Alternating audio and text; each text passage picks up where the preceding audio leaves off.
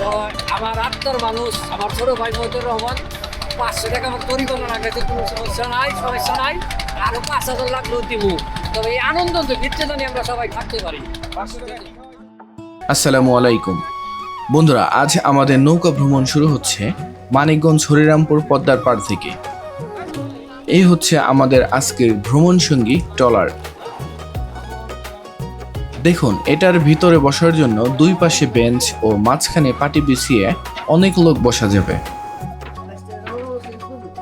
যাত্রার শুরুতে একে একে লাইন ধরে আমাদের লোকজনেরা ট্রলারে উঠতেছে। দেখুন, এই ট্যুরটি মূলত আমাদের গ্রাম থেকে আয়োজন করা হয়েছে এবং এখানে সবাই চাচা ভাতিজা ও ভাই ভাই ট্যুর দেওয়া হচ্ছে। আমিও লাইনের মাঝখান দিয়ে ঢুকে নৌকাতে উঠতেছি। এখনো আমাদের অনেক লোকজন নৌকাতে ওঠা বাকি। সবাই ওঠা শেষ হয়ে গেলে আমাদের ট্রলারটি স্টার্ট দেয়া হবে।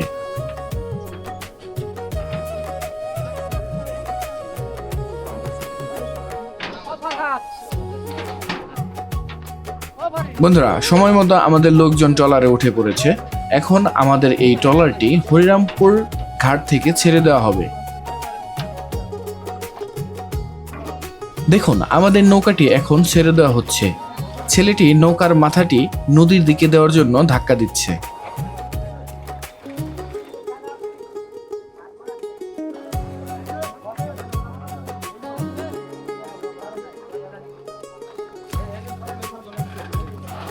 দেখুন, আমাদের মাঝি ভাই বড় বাঁশ দিয়ে আমাদের নৌকাটি পাড় থেকে নদীর দিকে ধাক্কা দিচ্ছে।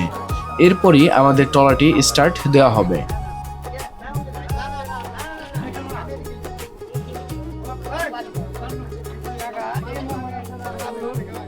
বন্ধুরা দেখুন, ভিতরে আমাদের অনেক চাচা ও ভাই অনেকদিন পর একসঙ্গে বসে আড্ডা দিচ্ছে এবং পিছনে আমাদের ট্রলারটি স্টার্ট দেওয়া হচ্ছে।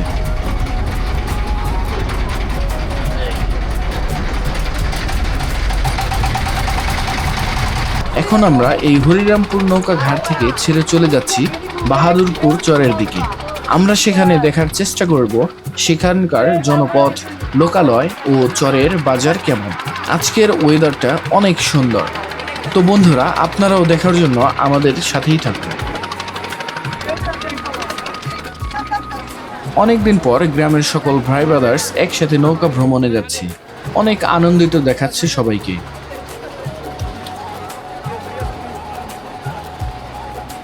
অবশেষে এখন আছি পদ্মা নদীর মাঝখানে। দেখুন, আজ তেমন বড় ঢেউ নেই নদীতে। পদ্মা নদী হিসেবে অনেক ছোট ছোট ঢেউ এটি। বর্ষাকালে ঠিক এই সময়ে আরো অনেক বড় ঢেউ পাওয়া যায়।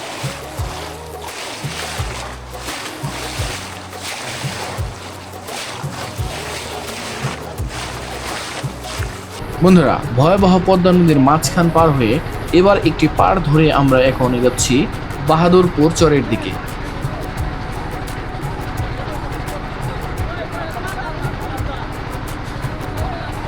দেখুন, ভয়াবহ পদ্মা নদীতে কত ঘর বাড়ি ভেঙে নিয়ে গেছে।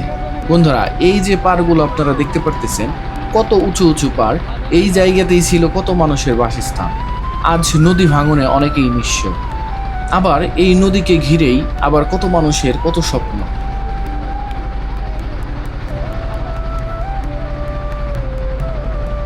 দেখুন, মালবাহী ট্রলারে করে কত ধরনের মালামাল নিয়ে যাচ্ছে।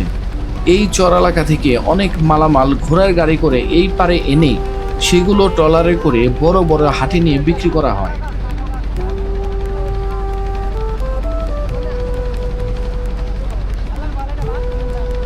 এই নদীকে কেন্দ্র করেই কত মানুষের কত কাজ। দেখুন, অনেকেই এই নদীতে মাছ ধরে জীবন নির্বাহ করছে।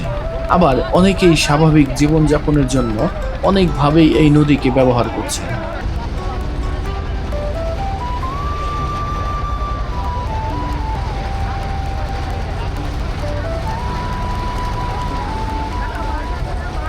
ফাঁকা একটু জায়গা পেয়ে আমাদের ট্রলারটি এখানে ভিড়ানো হয়েছে।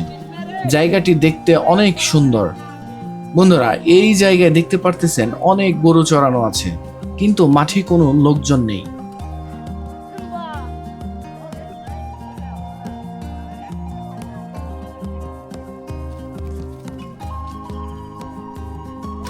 দেখে মনে হচ্ছে নদীর পাড়টি এখনো ভাঙতেছে। যখন এই পানির বড় বড় ঢেউ মাটিতে এসে লাগে তখন মাটি নরম হয়ে পানিতে পড়ে যায়।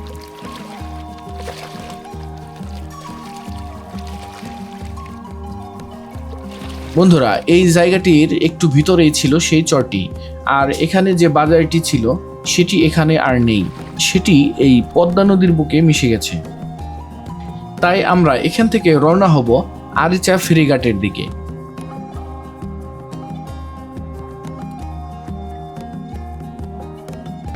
দেখুন বন্ধুরা, এই পদ্মা নদীতে বড় বড় বালুর জাহাজ যাচ্ছে।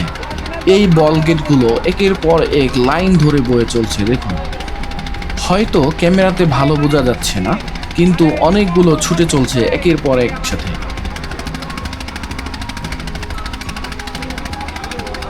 এই এত বড় বল গেটগুলো বালু ভর্তি থাকলে একদম পানির সাথে মিশে যায়, মনে হয় প্রায় ডুবেই যাবে।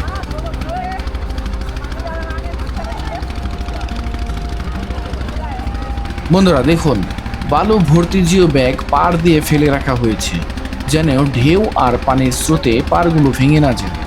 আর অনেক লোকজন গোসল করতেছে এই নদীতে।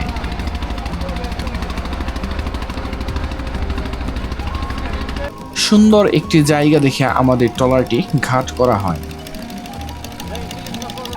ভিউয়ার্স, আমাদের আজকের দুপুরের খাবার মাংস খিচুড়ি। আমাদের প্ল্যান অনুযায়ী আগেই বাসা থেকে রান্না করে নিয়ে আসা হয়েছে। ছোট বড় সবাই মিলে আজ আমাদের ভ্রমণের দুপুরের খাবার খেয়ে নিচ্ছি সবাই একসাথে।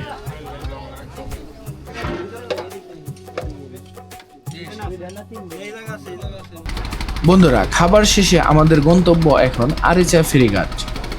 এখান থেকে প্রায় আমাদের 1 ঘন্টা সময় লাগবে আরিচা ঘাট পৌঁছাতে।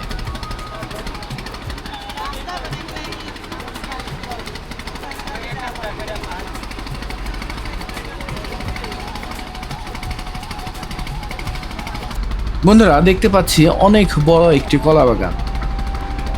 বাগানের পাড় দেখেই বোঝা যাচ্ছে এই জায়গাটি নতুন করে আবার ভাঙতেছে।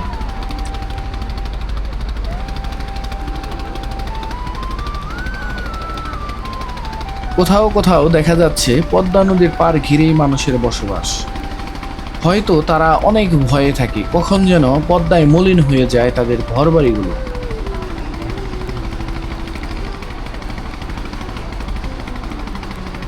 দেখুন, অনেক লোকজন গোসল করতেছে এই নদীতে, যেটা তাদের নিত্যদিনের কাজ।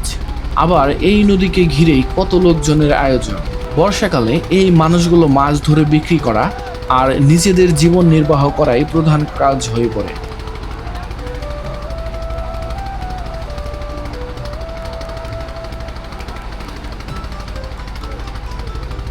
বন্ধুরা, দেখতে পারতেছেন বড় বড় ড্রামের ভিতর দিয়ে মোটা পাইপ নেওয়া হয়েছে, যেটা পানির উপরে ভাসমান থাকে। মূলত এই পাইপ দিয়ে বড় কোনো প্রজেক্টের কাজ করা হয়ে থাকে, যেটা পানির উপর দিয়ে এই পাইপের ভিতর দিয়ে এক পাশ থেকে অন্য পাশে নেওয়া হয়।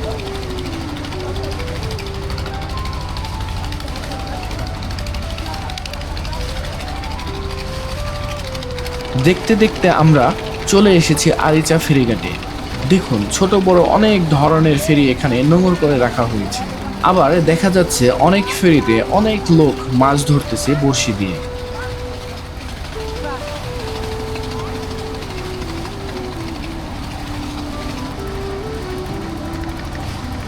ভিউয়ার্স, দেখুন নদীতে অনেকগুলো ফেরি পারাপার হচ্ছে। আর আকাশটা দেখুন, এক পাশ অনেক রোদ আর অন্য পাশ অনেক মেঘাচ্ছন্ন। যতটা সুন্দর দেখাচ্ছে ঠিক ততটাই ভয়ানক লাগছে, কখন যেন ঝড় চলে আসে।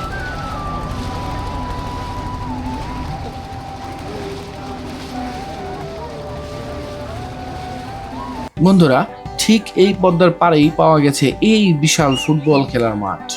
এখানে আমাদের আজকের বিবাহিত বনাম অবিবাহিত ম্যাচটি খেলা হবে, তো সঙ্গেই থাকুন।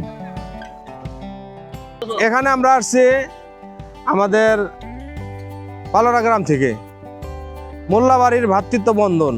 গত বছর আমাদের উদ্দেশ্যে এই ট্যুরটা শুরু হয়েছে। ভাতিজা এবং ভাগিনা বা ভাই ব্রাদার যারা আছে সকলে মিলে বল নিয়ে আসছে, বল খেলবে। তো এখন হইলাম বিয়েত এবং অনবিয়েত খেলা। এই হচ্ছে আমাদের অবিবাহিত টিমের খেলোয়াড়। ঠিক তার বিপরীতেই রয়েছে আমাদের বিবাহিত টিমের খেলোয়াড়গণ। দর্শক যারা আছে সবাই আপনারা নিরপেক্ষ ভাবে সাপোর্ট দিবেন, আমি রেফারি করব, ঠিক আছে? ওর কাছে দেন। হ্যাঁ, বাস। বাহ, ঠিক আছে, যান। ধরো ধরো ধরো ধরো।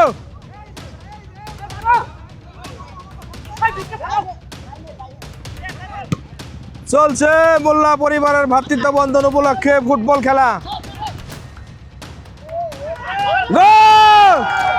এই মাত্র একটি গোল হয়ে গেল। বিবাহিত একটি গোল দিয়ে দিল অবিবাহিতদের। শাহজাহান একটি গোল দিল বিবাহিতর পক্ষে। বিবাহিতদের 1, অবিবাহিত 0। চলছে খেলা, হাড্ডাহাড্ডি লড়াই, দেখতেই থাকুন। মোল্লা পরিবারের ভ্রাতৃত্ব বন্ধন উপলক্ষে আজকের এই খেলা। এই খেলা শেষ শেষ। বন্ধুরা, খেলা শেষে আমরা সবাই এই পদ্মা নদীতে গোসলের জন্য নেমে গেছি।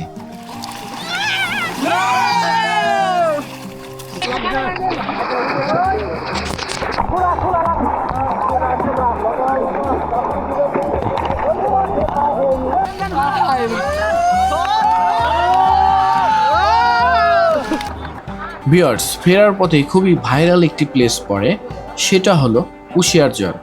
এটি মানিকগঞ্জ জেলার ঝিটকা বাজার থেকে প্রায় 10 কিলোমিটার দূরে। এই বর্ষাতে প্রতিদিন বিকেলে প্রচুর লোকজন হয় এখানে। এই পদ্মার পার ঘিরে বসে অনেক দোকানের পসরা। এখানে অনেক চটপটির দোকান, বাদামের দোকান, গরম গরম পেঁয়াজু, আরও অনেক বিভিন্ন কিছু পেয়ে যাবেন। মাঝে মাঝে বিকেলে পদ্মার তাজা মাছও পেয়ে যাবেন আপনারা এখানে।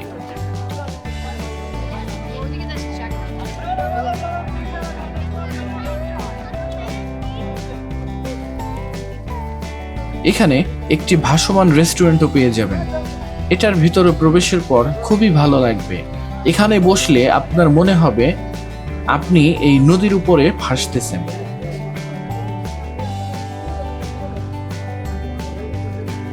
আশা করি ভিডিওটি আপনাদের অনেক ভালো লেগেছে।